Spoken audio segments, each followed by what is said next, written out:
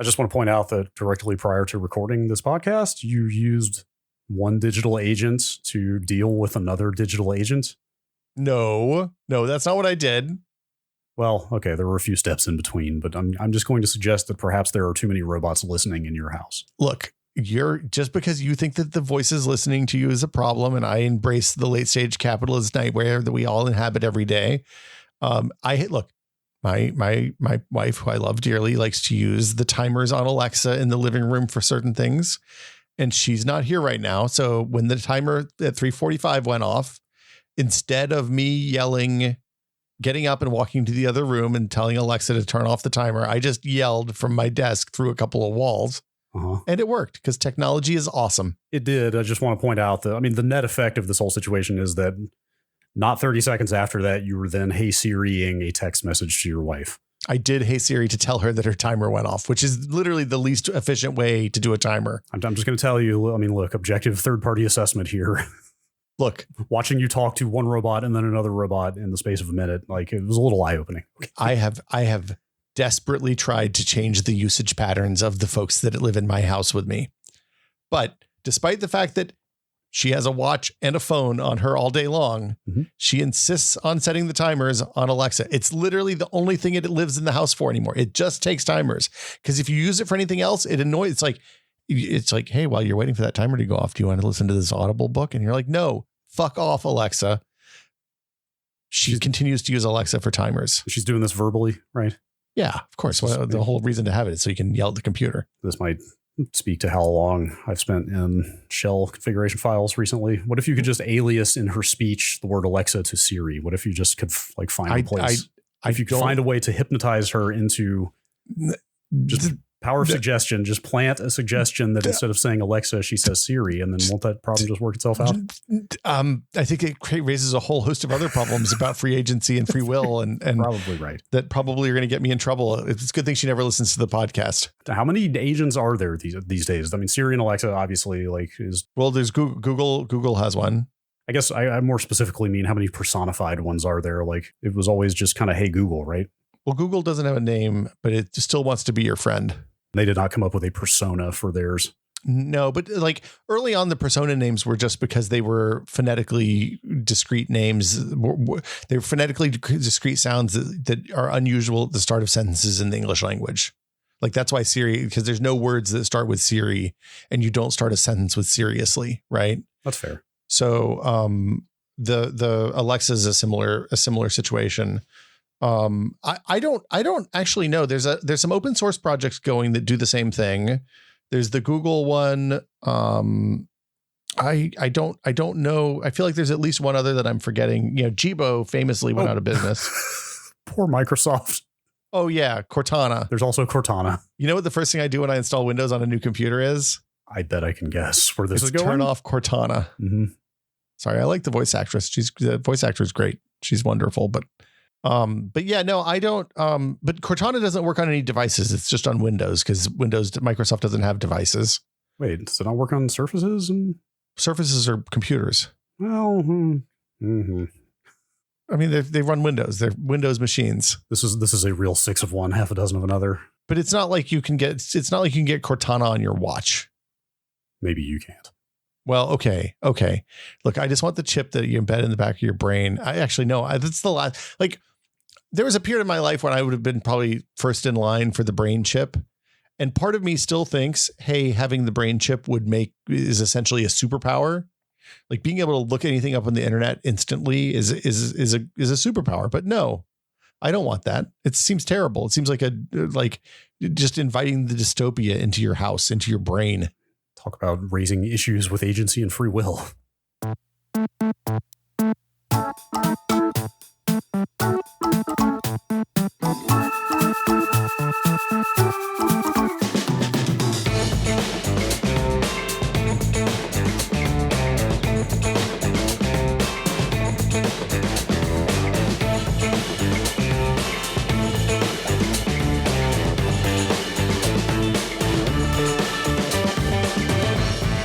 Welcome to Brad and Will Made a Tech Pod. I'm Will. I'm Brad. Brad, It's a banner day. Is it? Well, I mean, it's the Friday before a long weekend. Okay. That's a feel good day. Started to ask how you define a banner day. I think I'm going to put on a Summer Jams playlist after this. I'm going to go sit in the backyard, drink a beer, maybe. I don't know. Ooh, that sounds nice. Oh, hang on. Are you going to put on the Summer Jams playlist or just So the Summer Jams playlist is I don't know that I have access to it anymore because it's public. It went away for a little bit.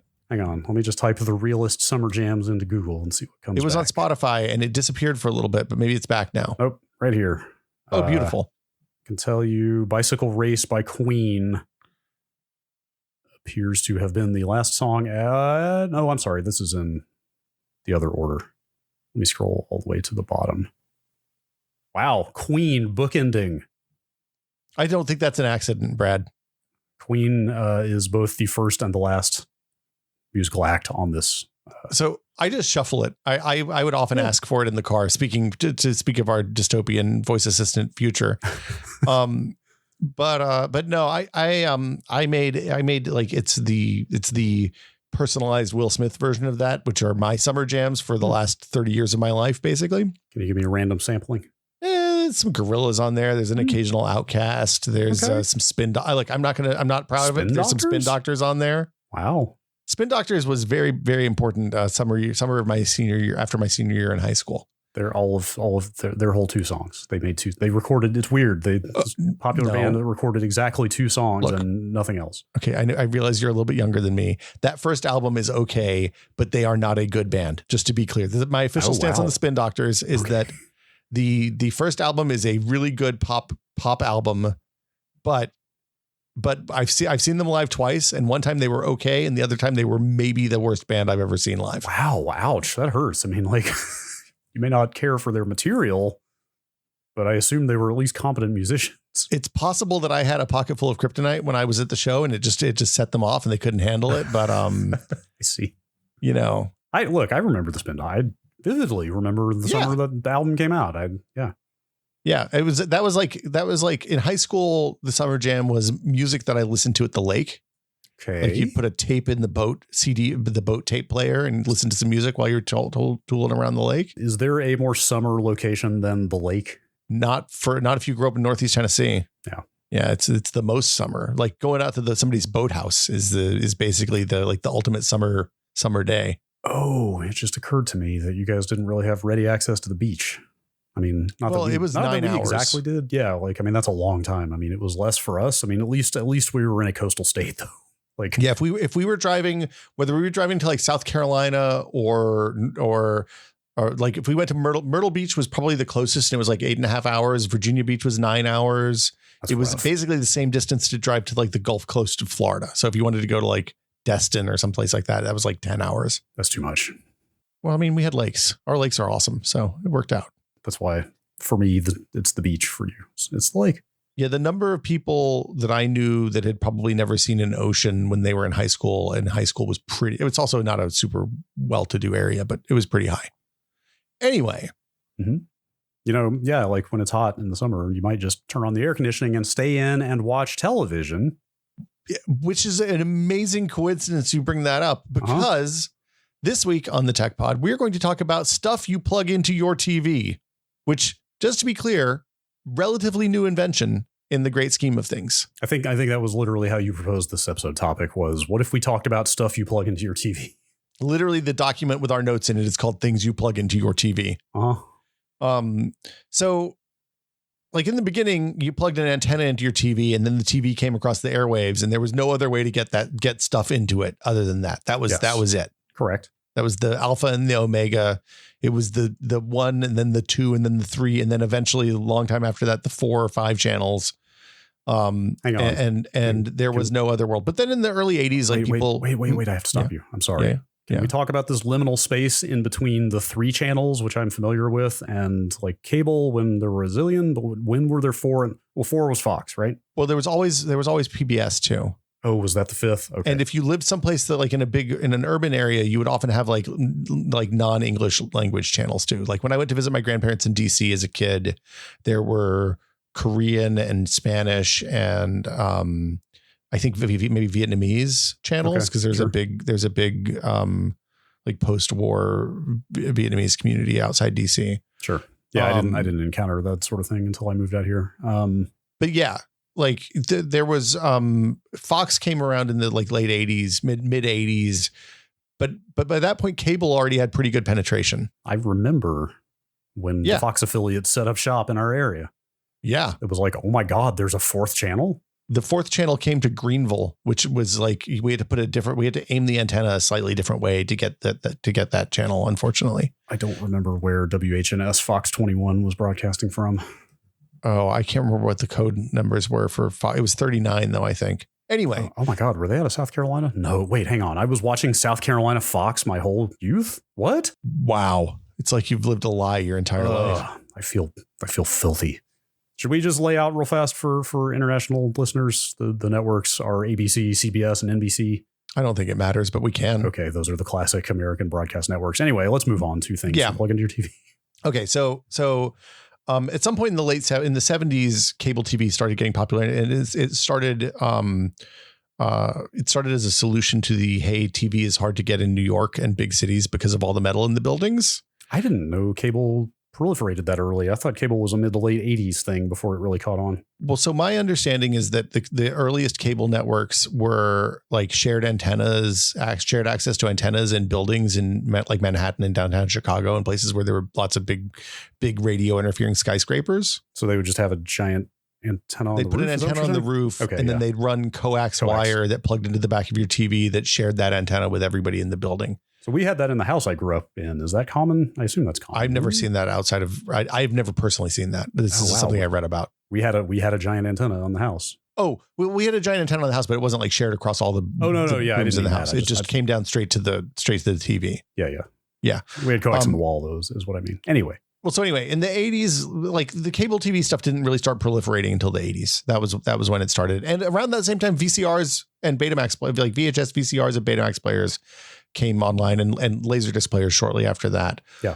So those were the earliest things. These things, we're not going to talk about this stuff for long. So don't worry. We're not talking about ancient hardware today. Yeah, we're not talking about the analog stuff so much. I will say real fast that YouTube has really given a second life to all of the crappy old VHS tapes that people used to record things off of TV. Like there are so many old commercials and news broadcasts and it's really some pretty valuable stuff out there. Like, well, and capturing that stuff is really a science, it turns out, because there's a lot to it. Alex had to go on eBay and bought some kind of, I think, discontinued, or maybe they're still making them, like basically a VHS or VCR with an MPEG-2 encoder in it, and I think a USB connection. Well, but also, even if you have like an analog, like I have a VCR and analog capture stuff, but you need specific kinds of VCRs because you need to tune the heads, and like the tracking is anyway.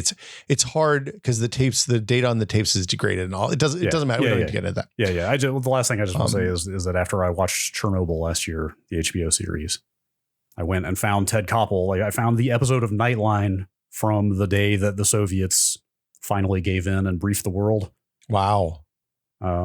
Or actually, it might have been before they admitted what was going on. It might have been in that window where they had, like, the Swedish authorities had detected radiation in the atmosphere. Yeah. But before the Soviets admitted what was going on. Anyway, like there are just so many amazing historical artifacts because of VCRs floating around out there on YouTube. Yeah, and it's because people saved like tapes of stuff, and Jason Scott talks about finding tapes where people like recorded something and then fell asleep before they turned it off, and then there's like 2 hours of like nightly news followed by whatever. There's a Letterman, like early Letterman episodes were basically not archived. What? So a lot of them were saved because some fan just recorded all of every episode of Letterman on a tape in his basement for years and years and years. Good thing that fan knew how to program his VCR. Ha ha ha. Exactly. Extremely dated. Flashing 12s. Okay. But anyway, so in the 80s, you started getting a bunch of stuff you could plug in. You get cable boxes, you get VCRs, you get analog satellite at first, the big giant 6-foot dish, 8-foot dish in the backyard. Eventually digital satellites came on in the 90s that used MPEG-2 compression and smaller discs, smaller dishes. And then eventually like consoles and computers, home computers, you could plug like TI-99 4As and a lot of early home computers could be plugged into TVs and use them as monitors.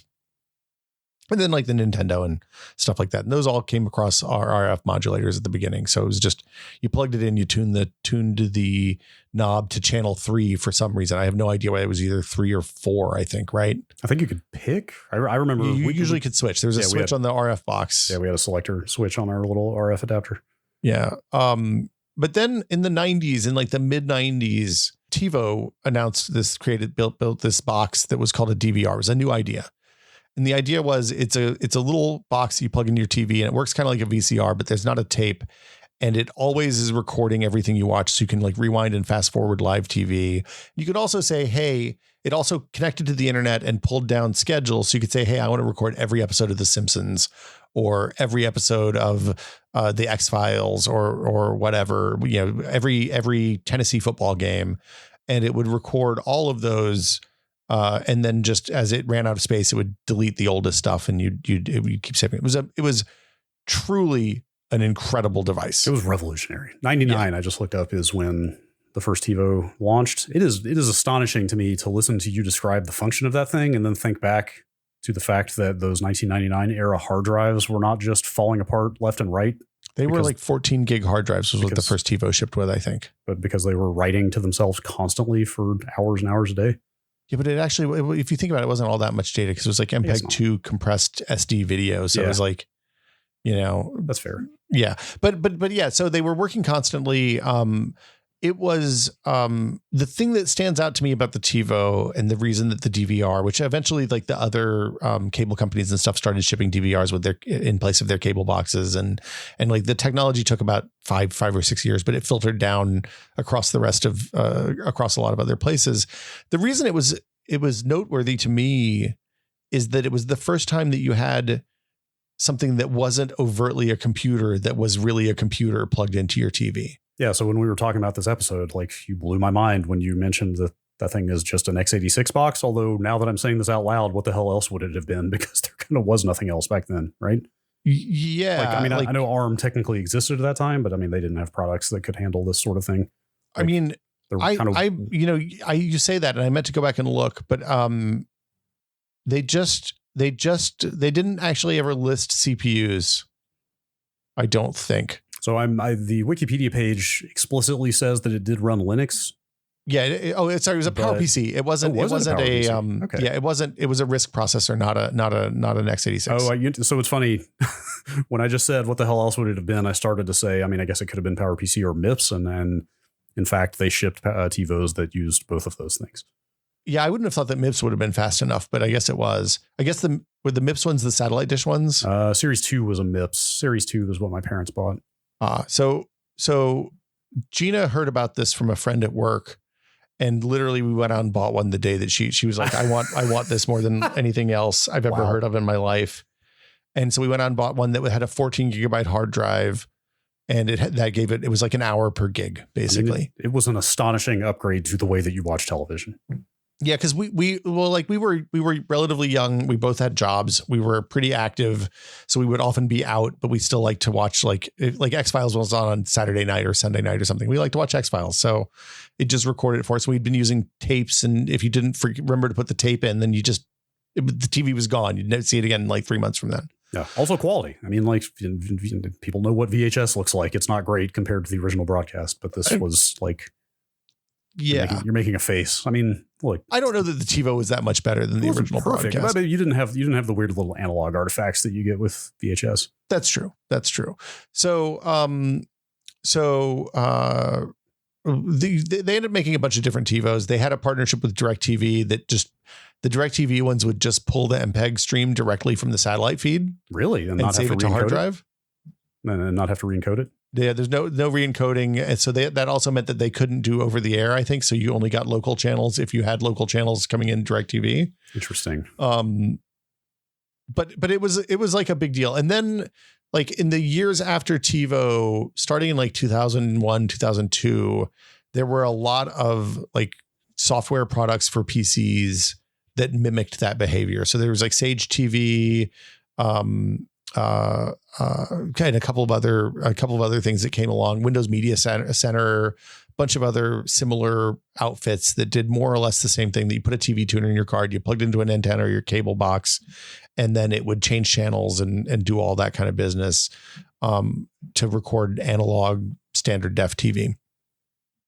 Now, HD TV came along and there was a problem, right? Because the content providers were all really worried that HD was going to provide too high a quality signal and that piracy would basically destroy all secondary sales and like the downstream value of their content. So they insisted that the cable people encrypt everything. And as a result, they built this, you had to run everything through a cable box, or alternately, they had the I guess FCC or FTC, I can't remember which one, made them come up with an open standard so that you could add the encryption that your provider carried to whatever box the user chose. Like it was part of a anti-competitive thing. Does this have anything to do with cable card? Do you remember that? This is cable card. Is that cable? That is cable card is the outcome of this. Interesting. Okay. So the unencrypted standard for cable in North America was QAM. And then there was an encrypted standard that lived on top of that just basically scrambled the QAM signal. The cable card spec always seemed to me like it was the kind of thing that was just designed to fail. Like it was basically unwieldy enough. It was unwieldy enough that when you called Comcast and said, "Hey, I have a TiVo that has a cable card in it. Can somebody come hook it up?" They'd be like, "Yeah, the guy who does that's on vacation for the next 2 weeks," because they only had one person in the office that knew how to work them. Of course. And so to be clear, you bought a cable card aftermarket and installed it into your, separately, like you installed it manually into a TiVo, or did it just come that way? So your cable provider usually would hand you the cable card. Okay. And the cable card would be provisioned to be part of their network and with their local keys and all that stuff. So if I took a Comcast cable card here and took it to a Charter network, presumably it wouldn't work. I don't actually know what would happen. Sure. What was the install process into a TiVo like? I mean, I assume I'm not. It was a PCMCIA card. Oh, okay. That's quite doable. That's easy. It may not have been exact, but it looked like a PCMCIA card. I never tried to plug it into a laptop. Yeah, so PCMCIA card was basically like a little bit bigger than a credit card and as thick as probably like 5 credit cards. Oh man, I just had a profound "we are old" moment when you felt the need to explain what a PCMCIA card is. Yeah, have you not? When was the last time you thought about a PCMCIA card? Well, I think about a lot of old stuff in the computing sphere. The last time I saw one, God. When I emptied my garage before my daughter was born, I threw out a bunch of PCMCIA cards. 15 years ago? Does that sound right? Yeah, that seems right. They stopped being a thing around 2010 when MacBook switched the unibody design and USB 2 got good. Yeah. It was a neat idea though, like expansion cards for laptops. I mean, it was a bad idea. Fine. Never worked right. Anyway, so the having had several cable card TiVos over the years, generally when the person would come out to install them, if they'd installed a lot of cable card TiVos, they would bring at least 2 times as many cards as they would need for the device that you had. Huh. So like if you had a TiVo that could record 2 channels at once, you'd have to bring 4 cards because at least one of them would fail. Wow. Yeah. Reliable technology. It was not a great technology, but at the same time, there was weird stuff. Like there were music streaming boxes that would plug into your TV, or into your entertainment center. Like Squeezebox was this thing that did that Logitech, I think, ended up buying. Sonos was doing music streaming to their speakers at that point, just speaker to speaker. Wait, I'm sorry. Did you say Sonos? Sonos. Have they been around that long? They started in like 2002. Oh my God. I had no idea. Yeah. Sonos has been around for ages. I would say, when was the first time I heard of Sonos? Sonos, maybe 7-8 years ago at most. The first Sonos used 802.11a radios with a proprietary protocol on top of that frequency spectrum in those radios, as I recall. I had no idea. So XBMC was a thing that the Xbox Media Player. Yeah, so that's a whole other topic. Real fast before we get into that, can we talk about the TiVo business model just a tad? Yeah.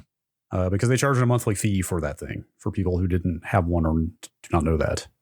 Well, you're paying them for essentially their like access to their online infrastructure for program listings and and that sort of thing. You're paying them for program listings is what you were paying for. Cause that was privileged. That was information that had cost associated with it. Right. So you couldn't program that thing without access to their stuff. You could.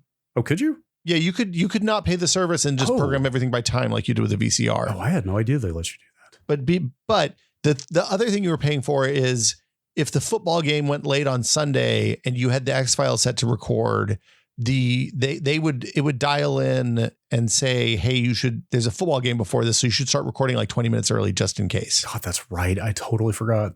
Because it used to it connected with a phone to your analog phone with a phone cable to your analog phone, and it would dial in every night for like 5 minutes and download the new listings.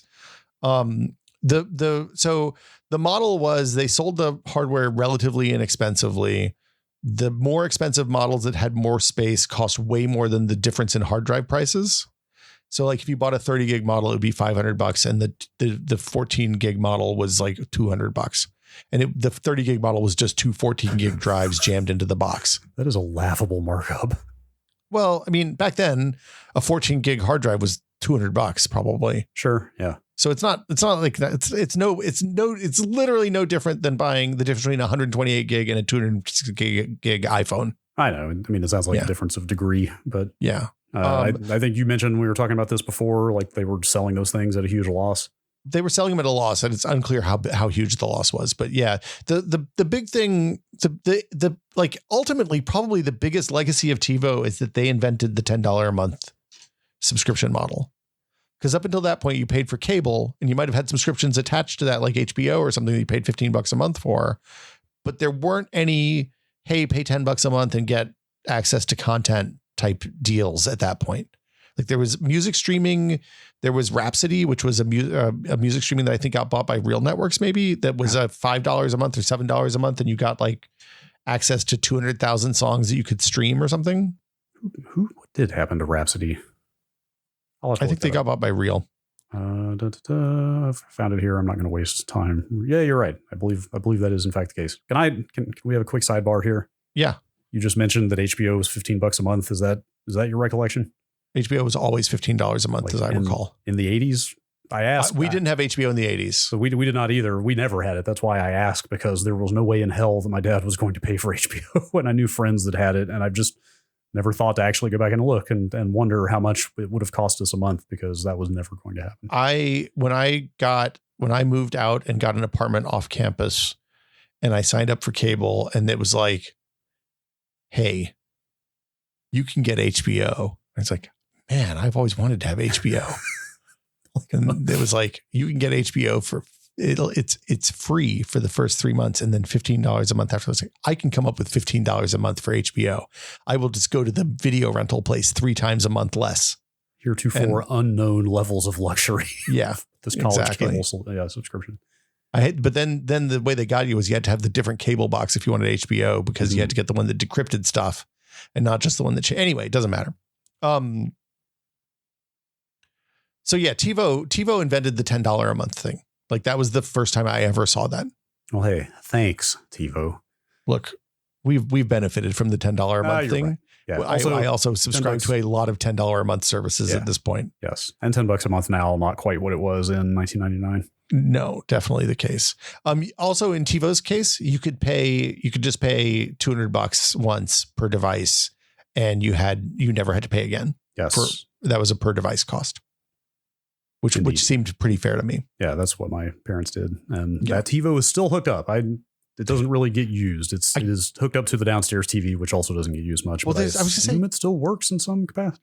But it uses NTSC TV. There's no terrestrial broadcast for it anymore. In my defense, that TiVo may actually not be hooked up to anything, but it's just sitting there under the TV down there. My parents was sitting under the TV in their basement for a long, long time. Yeah. The one that they don't ever use. Anyway. Yes, that's the exact same situation here. And then you've talked about upgrading people's hard drives and TiVos and blessing them before. I've talked about the .TiVo files I have that. Yeah. I found those .TiVo files on my NAS, like not more than like 3 years ago. And again, TiVo launched in 1999. I had to get my mom to sign into her old TiVo account. Get that media access key on the web. Yes. And retrieve the Mac. the media access key because I found a command line utility that will decrypt those TiVo files, but I couldn't do it without her unique code. Yeah, I've used that Python script to decrypt a bunch of old Futurama episodes, I think. And sure enough, she was still able to get it out of that account. Anyway, Xbox Media Center, originally known as Xbox Media Player. Well, but the other thing about TiVo is they got killed eventually by the HD. Like the HD transition killed them, right? Like the insistence on the cable card stuff meant that, and also the fact that like Comcast and all the cable companies started shipping like not good but good enough DVRs was enough to not entirely kill TiVo, but it's a shell of what it once was. Yeah, so for anyway, sure. I'm sitting here looking at their website now. I'm not 100% sure what their business model is. They sell streaming boxes. Well, yeah, yes. I mean, they've got what essentially looks like a Chromecast in the sense that it's a tiny box that plugs straight into the HDMI and hangs out of the port. They've got a larger box that looks kind of like an Apple TV. Yep. They've still got the peanut shaped remote. Dun dun dun dun. Best sounds ever. Oh, their sounds were not bad. Yeah, they like if we ever, I want to do at some point, I want to do the episode about the best computer sounds. Oh, we should do that. Because like that one is definitely on that. Like it had a 3-tone chime for fast forwarding, so you could fast forward 3 different speeds, and it made a different one each one, so you knew exactly how fast you were going based on the sound it made when you went ka-chunk, ka-chunk, ka-chunk. It's really good. They were very good sounds, and you doing your impression just now has made me realize that the Roku sound set, I don't know if you have a Roku in the house. It's pretty good, yeah. It's okay. It's kind of it's kind of trying to do its best TiVo impression. Yeah, definitely. Like the Roku sound set definitely feels inspired by. I'd always heard that a bunch of ex-TiVo people went to Netflix, and that's where Roku was born. Interesting. But I don't know if that's true or not. Huh. So anyway, like the TiVo spawned a bunch of PC projects that were similar all the way up to like to Windows Media Center, the open source. Well, I guess it became open source, right? The XBMC. I don't know if it originally was. Yeah. Let me see if I can. But that ran on hacked original Xbox Ones, right? Yeah. So at that time it was Xbox Media Player. Yeah. And yes, you could soft mod your Xbox there. Did you do that? No, I didn't. Trying to remember, I used was it the MechAssault 2 method? Yeah, I didn't have the right game to do it, I don't think. Okay, there was some kind of, I remember, I think I had to borrow it from somebody. It was, it was a good time to work at GameSpot, I'll say. It was like I had 2 versions of the wrong version of MechAssault to do it, I think. Like it had to be the first run copy of the game because of course they found this exploit and fixed it in the second print run. But, if you need to get a first run copy of an Xbox game working GameSpot and 2006 is a good place to do it. Yeah. It was Xbox Media Player originally, became Xbox Media Center over time. I was completely blown away by that thing. It was really cool. At that point, I was running Windows Media Center PCs on the TV, which was really stupid in retrospect. You had a solution, but I think we talked about this before. XBMC or Xbox Media Player, I guess at the time, like that was the first internet connected app of any kind on a TV that I ever saw. Like I modded my Xbox, I installed that thing, and when I fired it up the first time, like it had a little news ticker at the bottom. Oh, right, because the Xbox had an Ethernet port, right? The Xbox was the first. So you could get the Ethernet add-on for the PS2, but they completely underutilized it because they didn't know what to do with it. But the Xbox shipped with an Ethernet port, and Microsoft had their networking background, so the console did actual network stuff. And seeing live data being piped into this television app for the first time was just like a blow my hair back kind of experience. I was like, oh my God, this is so cool. This is going to be so cool when they start leveraging this for real. It's really funny because like you say that, and now I think back on it, I think that blessing TiVo hard drives was probably the first time I used Linux for something that wasn't just noodling around with Linux. Interesting. So wait, did you do that in a PC? You had to hook it up to so you'd unplug your other hard drives just for safety, and then plug in the first TiVo hard drive, and then plug in the new TiVo hard drive and boot off of a floppy drive, and then run a little, boot off of CD into a live CD environment, and then run a command line utility to bless the new hard drive with the key from the old hard drive. Yeah, and copy the files over if you wanted. Right. Eventually, this makes me realize like the first few years of this century were really an interesting time for like computing extending beyond the computer. Yeah, like right up through the end of the 90s, like the computers were only in computers. You know what I mean? And like you said, like the TiVo is kind of like the first major device, at least we can think of right now, that was kind of a computer, but not in computer form. Yeah. Well, I mean, like the Xbox is another example for, like the Xbox was basically a PC.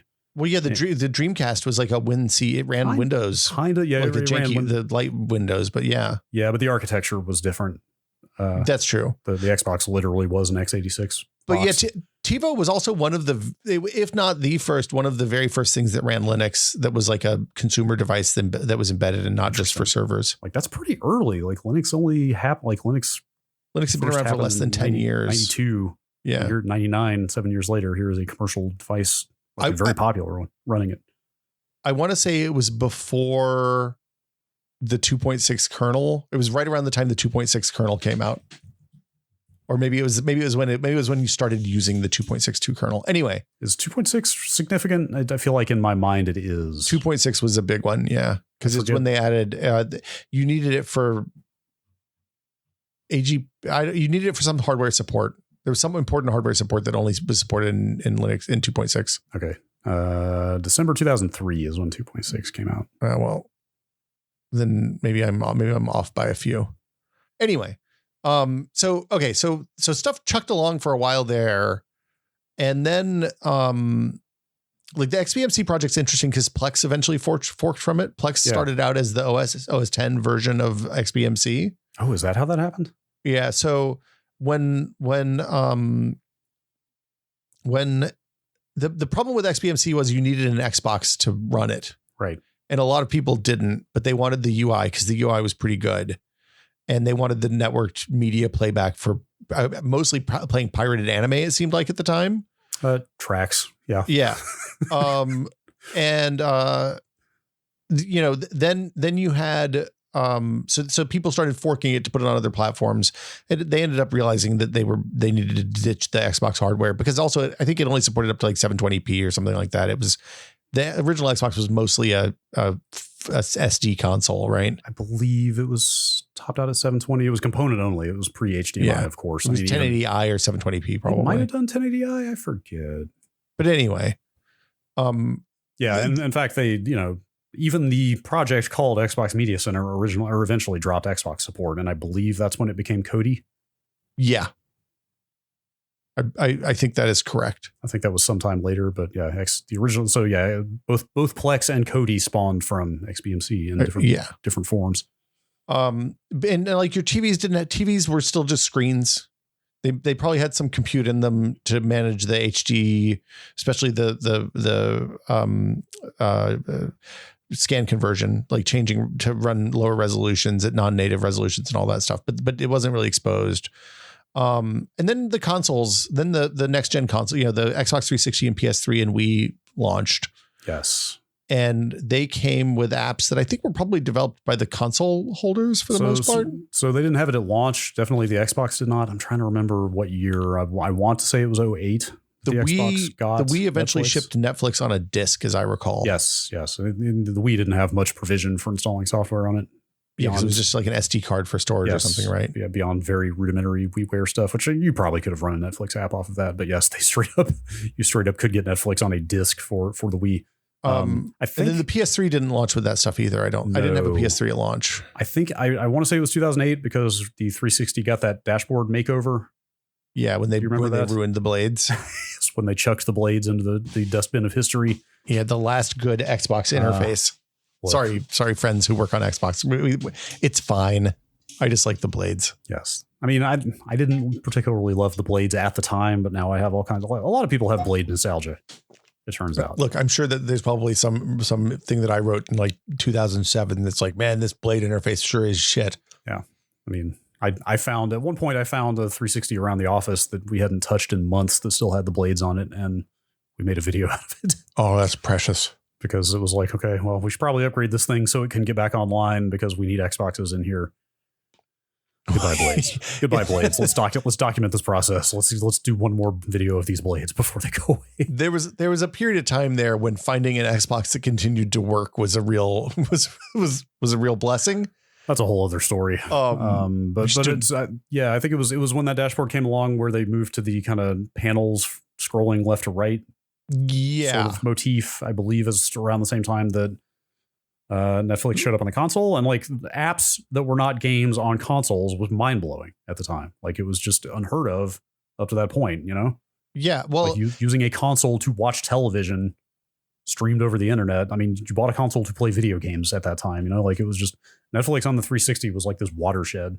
And prior to that, so prior to the Xbox supporting that, like the way you watched Netflix, if you didn't like Netflix was a place you rented discs. Yes. And they mailed them to you. That's people, right. I'm sure people know this, but like they mail you a disc in a little mailer and then you'd watch it and you put it back in the mailbox and it would go back and they'd send you another one. Sorry. When I said that's right just now, I wasn't talking about them shipping discs. What I was thinking about was, I guess the 360 was the first and only device I had that I could do Netflix streaming on. Like there was nothing else then.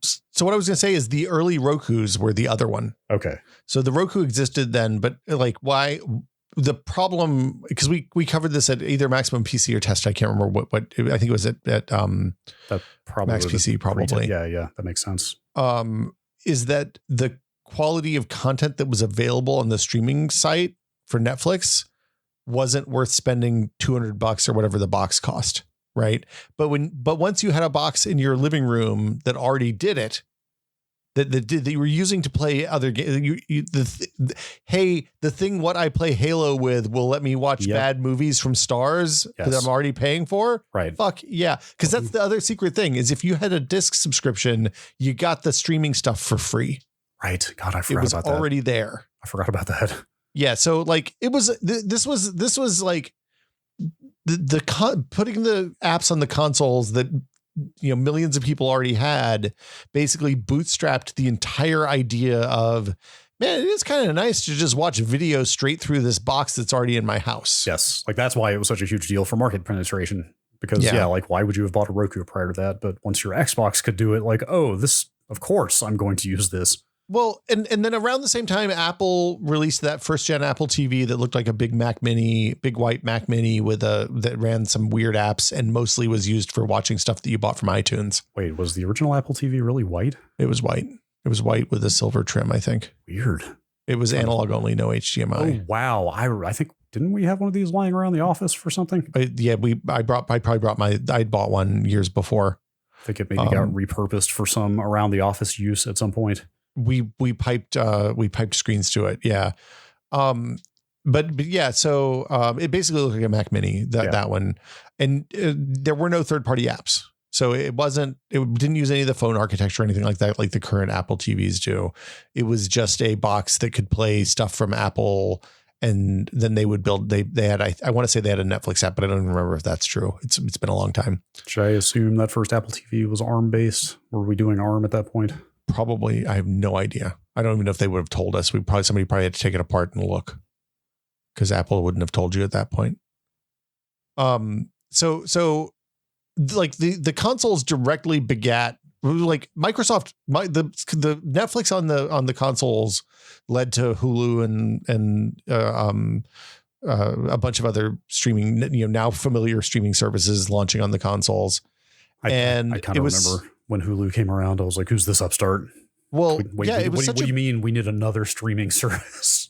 But like the thing you don't remember is that it was such a big deal that Microsoft did their entire Xbox One strategy around the idea that it was going to unify the apps and your cable box. Absolutely. And you'd watch it all through this one Microsoft provided interface. Yes. The third screen is what they called it. The entire concept of the Xbox One was built around the popularity of media apps on the 360. Well, and when Microsoft talked about the Xbox One, they talked about computing in terms of three screens: your computer screen, your phone screen, and then the third screen, the one that lives in your living room. Yeah. Powered by the Xbox. Whole idea of the name One is that it's going to be the one box that you have in your whole living room because it does everything. Did you ever actually do that? Did you run your cable box through the Xbox ever? I never had cable in that era. Oh, but we had cable. I did once they added USB over-the-air tuner support. Because I mean, there were a ton of good HD channels in San Francisco over the air. Yeah. I got one of those and plugged an antenna into it and used those features for over-the-air TV, and it ruled. We plugged the TiVo through the Xbox One for about a month. Yeah. And the amount of lag that it added was such that I was instructed to disconnect that and make it back so it was good again. That's terrible. Yeah. I remember at the time when the Xbox One came out, people were like, aha, I'm just going to plug my PS4 into that thing and just play everything on the same console. And it was like, nope, you are not going to even attempt if you had done that. So my Xbox and PS4 lived in a cabinet that had one fan blowing in and one fan blowing out. And if I had done that, it probably would have lit a fire in there because those machines ran so hot. Or PS3, not PS4. Yeah. Well, PS4 came out around the same time. Yeah. So that led to like a whole proliferation of boxes, cable box, like streaming boxes, streaming TV boxes, the Roku. Would you say that was the beginning of the modern era of boxes? I think the modern era is just TVs probably. Oh, well, sure. Okay. But yeah, I mean, we're getting ahead of ourselves, but are you saying you think the set-top box is going away? I think the set-top box is going away with an asterisk. Okay. Well, sorry, I jumped the gun. Let's get in order. So yeah, the Roku, then the second gen Apple TV, the one that had HDMI, the Chromecast came on later. The Fire TV came on around then. That Google TV thing that 4 companies made boxes for, and they all had terrible remotes, and it universally sucked, came out and went away almost immediately. Was that on the market at the same time as Chromecast? Chromecast came after that, just a little bit, I believe. That may not be true. Chromecast may have come out around the same time. I can't remember. Chromecast needed a certain Wi-Fi to work because it was because of the way the video piped over and it came across wireless. There was no way to plug it in. Whereas the Google TV was more of a traditional set-top box. Now, of course, that Google TV and the current Google TV, now that I'm saying it, I'm thinking that might have been called Android TV, but I didn't actually look this up before we started. I couldn't remember. It's inconsequential. It's so inconsequential. I shouldn't have even mentioned it. Like, oh, great. Sony shipped this box. We did a video on it untested. And before we got the video up, they'd pulled software support for it. And they were like, we're not doing this anymore. This thing sucks. Wow. That's a real HP touchpad kind of situation. Yeah, it wasn't great. Were these kinds of boxes a major area of coverage for you guys? We spent a lot of time talking about them because it wasn't just, they were interesting to talk about because the remote mattered. Like the remote design really was important. It turns out like a bad remote would sink would sink one of these devices. But the other thing is this is when everybody had exclusive deals for content. So like Amazon wasn't on the Apple TVs because Amazon and Apple had beef, and Hulu was on some things but not others. And like MLB would have an exclusive deal with Roku or somebody one year, or Google, and you wouldn't be able to get the MLB app on the other boxes.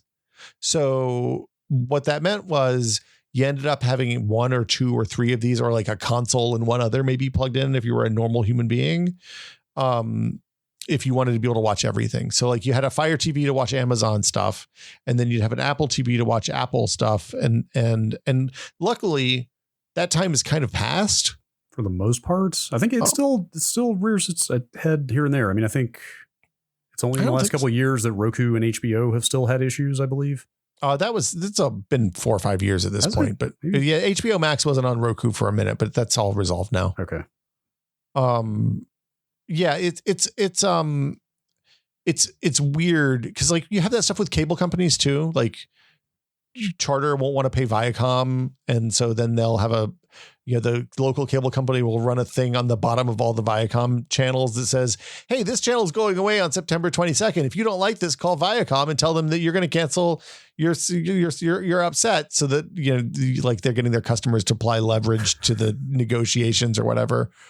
And meanwhile, they have Julie Chen or what's his name from 2.5 Men coming on the TV saying, hey, hello, Charter customers. We just wanted to let you know that your cable company are being dicks and they're going to turn off your 2.5 Men if you don't call them and complain. Sounds like inciting violence. It was grim times.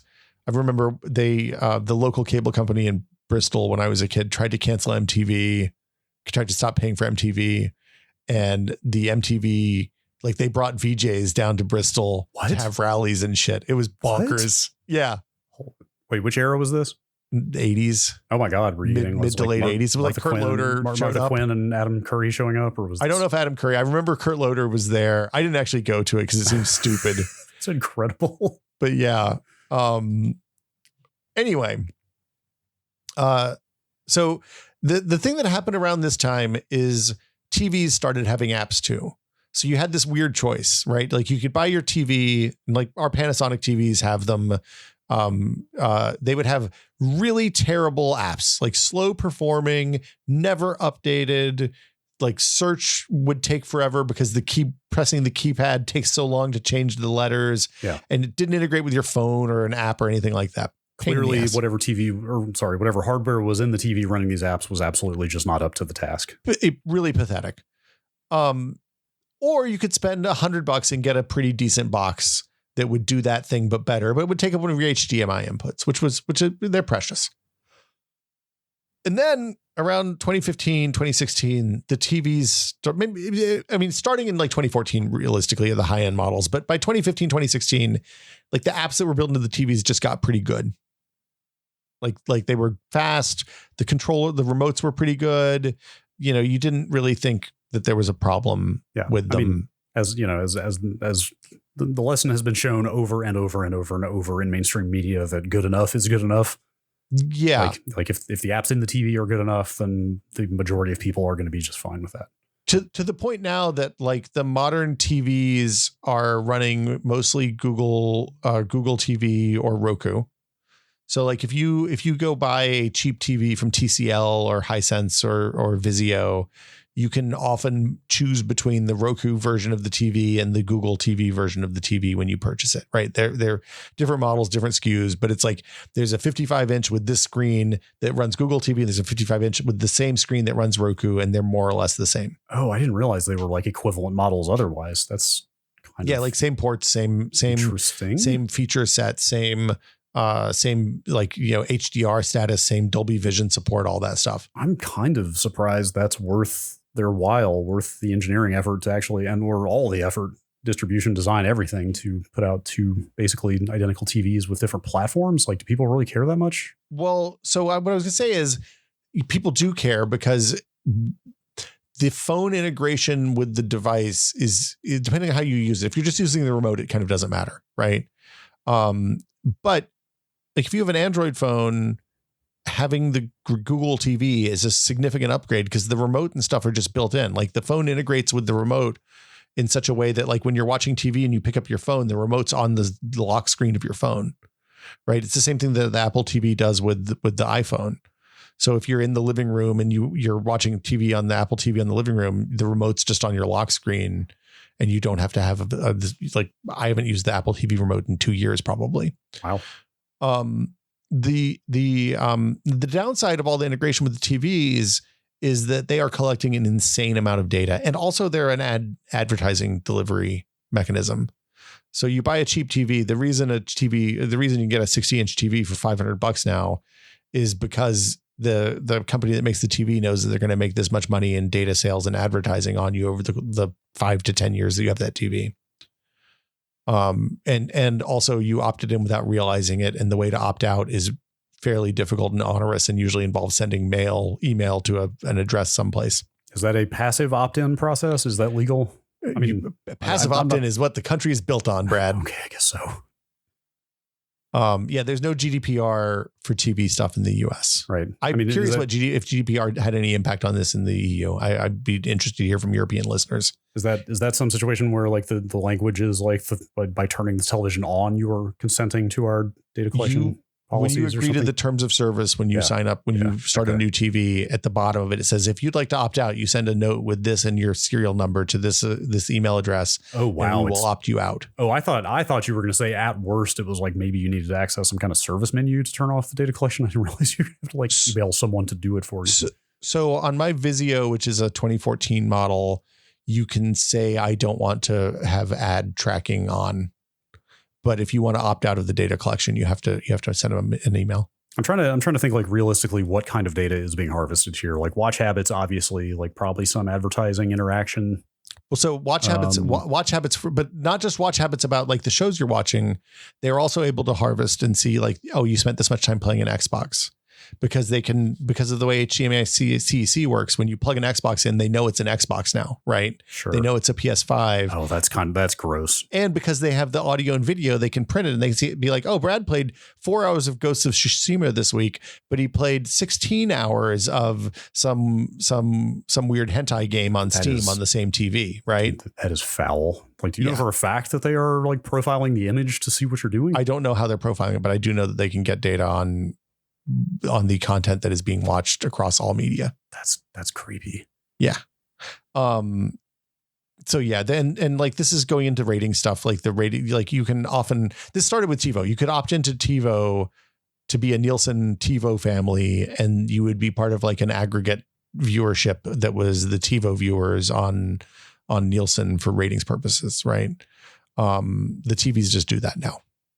If you like, it's bad to the point that when I replace the main TV that we use, like the Vizio TV that's in my bedroom, I set it up, I updated the firmware, and then I did a reset on it and didn't hook it up to Wi-Fi after that. Wow. Yeah. Hang on. Another sidebar. Yeah. When will you replace that Panasonic plasma? I've been looking and it still doesn't seem like the right time. I mean, wait, does that mean you're on the hunt? I mean, I kind of always sniff around, right? Like, Super Bowl time, you're looking at the sales and you're like, I could get a 65-inch LG plasma and LG OLED. Yeah. That looks pretty good. And then it's like, is it going to be better than the TV I have? Probably not. I mean, the higher resolution, the HDR seems nice. It will not act as a low grade space heater. I mean, look, that is probably the number one reason I replaced the TV in our house right now. Yeah. Because the big plasma is hot. Like you walk by it and you feel it on your arm as you go by. You can feel some warmth coming off the TV. Yeah. It sure still looks good though. I will tell you, when we were playing the Switch sports game a few weeks ago and the kiddo didn't put her wrist strap on, I was like, maybe it's okay if you don't put your wrist strap on. Let's live on the edge a little bit here. Oh man. When are you going to replace yours, Brad? I don't know. Like I keep telling myself if I were to move a long distance, I don't want to move that thing. Plasmas are hard to transport. 100% true. That is absolutely. Like, if we move back east, then we're not taking the TV with us. Not that I would lay down any TV necessarily for shipping, but you cannot. Plasmas have to stay vertical. I forget what it is about the construction of them that they are very prone to shattering if you try to lay them horizontally. Well, it's because they're friggin' heavy too. Yeah, maybe that's part of it. But that would probably be the major one. Yeah, I've been on the soapbox before, and I've been so heartened to see people like John Linneman from Digital Foundry also getting on this train. It's the low persistence aspect of plasma is the reason, because I play so many games on it that I cannot get rid of it. Like, that is the one aspect of that TV that translates to motion resolution. That translates to, and I think we've talked about this before, but how clear it stays with fast motion. Like, nothing on the market, OLED or LCD, can match. Like, it basically does not lose detail in fast motion. It looks really good when you're playing games that move fast. It is awesome. Because it strobes at 600 hertz. Like, it literally is drawing, and it's not drawing new frames, obviously. Like, it's, for a 60 FPS game, it is drawing each frame 10 times to the screen. But still, like, that maintains some pretty goddamn nice clarity while it's moving around really fast, which is amazing for games. Well, and the other thing is, now when you plug in, like, when I plug the PS5 into it, like, that thing has no problem doing 1080p 60 rock solid in basically everything I play. Yes, exactly. As now that we are getting so many 60 FPS, I genuinely mean this when I say that, like, if you've seen, high refresh monitors on PC, 120 hertz, 144 hertz, like, that's kind of what it looks like. Like, a 60 FPS game on a plasma perceptually is very similar to playing a high frame rate game on a monitor. It isn't. Yeah, it feels really, it looks really nice. Yeah, obviously you're not getting as much information. Like, it's not literally the same frame rate, but like the impression you get is of a similar smoothness and clarity. Anyway, that's my little plasma minute. I will get rid of that thing eventually, but I regret getting rid of the 24-inch Sony Trinitron CRT monitor that I had for a long time. Wait, was that a PC monitor or a PC monitor? Yeah. Wow, did they make 24-inch? Oh, wait a minute. That wasn't the one, was it? Yep. You had the one? The 16:9. We've probably had this 16 exact conversation 16:10 on this exact super flat. before. when we stopped using it at the Maximum PC Lab, I was like, hey, does anybody want this? And everybody's like, no, I don't want a big giant CRT on my desk. And I was like, okay, I'm taking it home. Okay. We have had this exact conversation. Yeah, we've had this conversation before. It was a lovely monitor. The GDM FW. Yep. 900. Yes. Yep. Yes. Okay. So we used it to test video cards for a long time because it had variable refresh rate. So we could crank it up to a really high refresh. Anyway, it doesn't matter. So was that your one time to get rid of a screen you should have kept and now you will cling probably, yeah. Is that why you're clinging to the plasma? No, I'm clinging to the plasma because I'm cheap more than anything. Although it does feel stupid. I probably spent more money in electricity in the last 3 years with that TV than it would cost to replace it with a much nicer TV now. Anyway. I don't know about that. I mean, I don't know if you spent thousands in electricity on that thing, but I get what you're saying. Nice, you can get a pretty nice 55 or 60 inch TV for like $500 now. I get what you're saying for sure. Yeah. The other thing is I'll have to replace everything in that chain because the receiver won't do what I need with, like, I have to get a new receiver, and maybe I don't need a new receiver. Maybe I just only plug one console and the Apple TV into it and call it a day. I don't know what the future looks like. I'm basing this on nothing other than gut feeling, but I'm starting to worry a little bit that the AV receiver might be. I think it's a specialist item these days. Okay, that's a better way to put it. I was trying to think of how to phrase, like, I started to say on its way out, which is premature. I don't mean that, but the way you put it is exactly what I mean. That, like, yeah, it's becoming a niche item again. It's becoming a niche thing that only, I'm not going to say lunatics, but enthusiasts, let's say, have a need for. So like it seems like the vast majority of people plug all the HDMI into the TV now and then just run some kind of line from the TV, like an eARC or something, to a soundbar. Yeah, that is the thing that most normal people do. But I cannot give up my floor speakers, so I need something to drive those. Gina would love to get rid of the floor speakers. Floor speakers are great. They're furniture. They sound so good. They are furniture. They look awesome, and they are shelves. Like, they're part of the decor. Okay, we've got like some nice decor.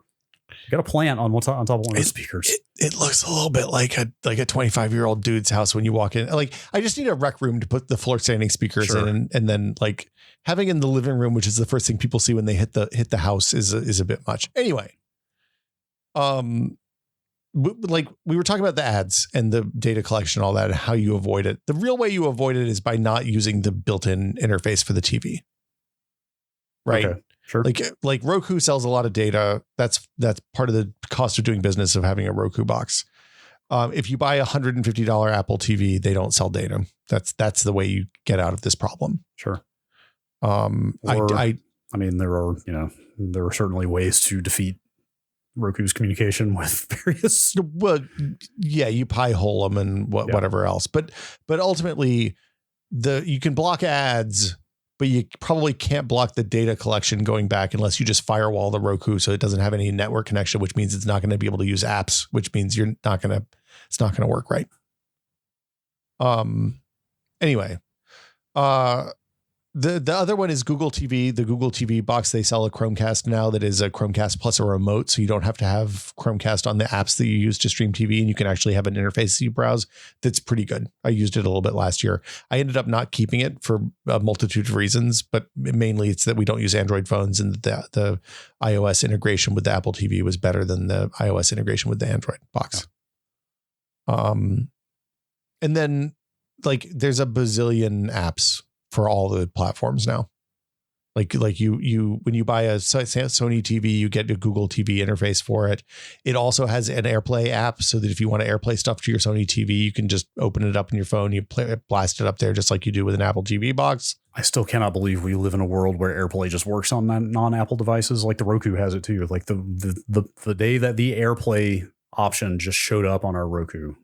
Yeah. Was like something I genuinely thought I would never see. Like, just think about how closed and exclusive Apple was as a company for so long. Well, that was one that they said they were going to open at the beginning, and then it just took them a really long time to do it. Did they? I think they waited until people had reverse engineered it pretty sufficiently. I don't know that the current there's multiple levels of AirPlay support. I don't know that the current top tier is supported on anything that's not Apple devices or Apple licensed. Like LG has a deal with Apple, Vizio has a deal with Apple, and there's an actual Apple AirPlay app on those devices that pops up when you AirPlay to it. The one that is on my Roku, at least I have an old Roku 3 or 4, I think. And that one seems very much like we reverse engineered the last version of the protocol that's still supported. But it works great. So who cares? Yeah. Yeah. The one on our Ultra is AirPlay branded. It uses the Apple font treatment and everything. And you can do screen mirroring and as well as music, but I think you're right that it is like a previous version. Well, of the protocol. And then the other thing is like the apps are all across, like the places that are making content put their apps everywhere. So like you can watch Apple TV exclusive shows on an Android, on a Google TV because there's an app, and you can watch your Amazon stuff on the Apple TV because the rising tide lifts all ships. We've moved mostly past the era of exclusive stuff now, which is good. Yeah. It's kind of the opposite of what the streaming platforms themselves are doing, right? Like the state of content delivery platforms is pretty lamentable because everything is so siloed and there are more of them popping up every day. Yeah. But on the hardware front, yeah, the apps have pretty much spread across, like everything is kind of device agnostic now, right?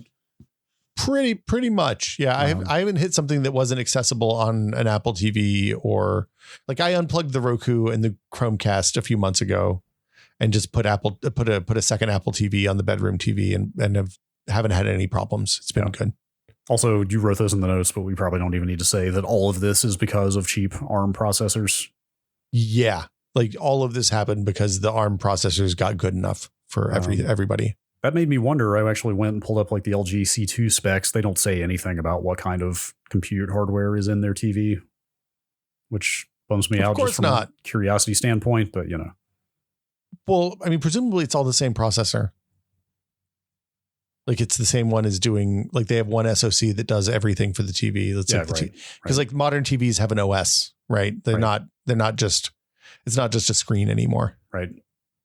It's the whole thing's weird. Maybe it's like some kind of Qualcomm chip or something in there. I mean, maybe Samsung is probably Samsung hardware. Yeah, of course. Yeah. I was thinking more LG or TCL.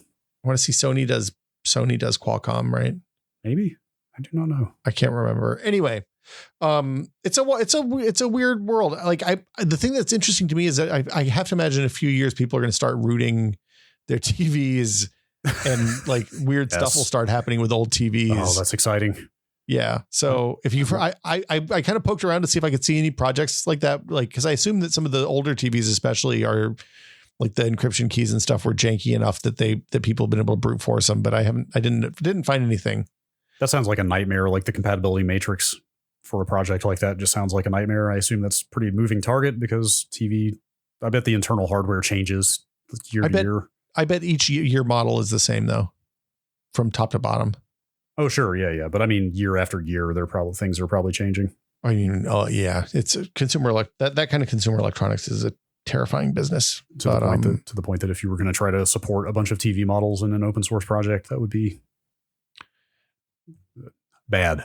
That would be a nightmare. Yeah. Like I think what ends up happening in that is you have projects for LG TVs and you have a project for Samsung TVs. You have a project for Vizio and whatever. Yes. That would be more manageable. All right. Let me loop back around to my question. Do you think the boxes themselves are going anywhere anytime soon? No. As TVs are getting better. I think so. I think that Roku, at some point in the future, it doesn't cost Roku very much to keep making standalone boxes. And it doesn't, Apple's going to keep making standalone boxes just because they like making standalone boxes. Of course. I mean, the rumors about the Apple television are almost as persistent as the rumors about the Apple car. Yeah. I mean, I think it's much more likely that Apple licenses their stuff for high-end TVs, right? Yeah, you're probably right. I think the who knows when Google's going to kill the Google TV again. It's in enough, like they have enough market penetration now because they're in Vizio, TCL, Sony, and a bunch of the other like big TV manufacturers that I think that that's probably a live product now that they'll not kill. I really like, I'm really curious what the future of this looks like, right? Like, does Roku eventually become a company that just sells software to TV companies? Maybe. I mean, obviously Google's not going to do that and Apple's not going to do that. So maybe, I mean, Roku's even in the content production business though now, like that Weird Al Yankovic biopic is being made by Roku or well, yeah, but you can watch that on an Apple TVs. Like you just download the Roku app. You can watch that on any box you want. It's not like you have to buy a Roku to do that. Right. I mean, Plex has free content too. You can watch if you know if you want to watch The Nanny, where you have to do that, it's on Plex. Free Plex. What? Yeah. Huh. Okay. Yeah. It's like I mean, we're starting to see. Well, first off, some of the things that used to be standalone hardware are becoming apps now, right? So like XBMC with Kodi and Plex and all that are now apps that you just download on your devices. Yeah. Because it didn't make sense to have those be long running apps. And now that the hardware is on a server someplace probably. I'm curious what the long term outlook is, but also. Like I want to highlight that we live in a kind of magical world because like you can start watching something in one like this is one of those places where that AT&T commercial from the 90s where it's like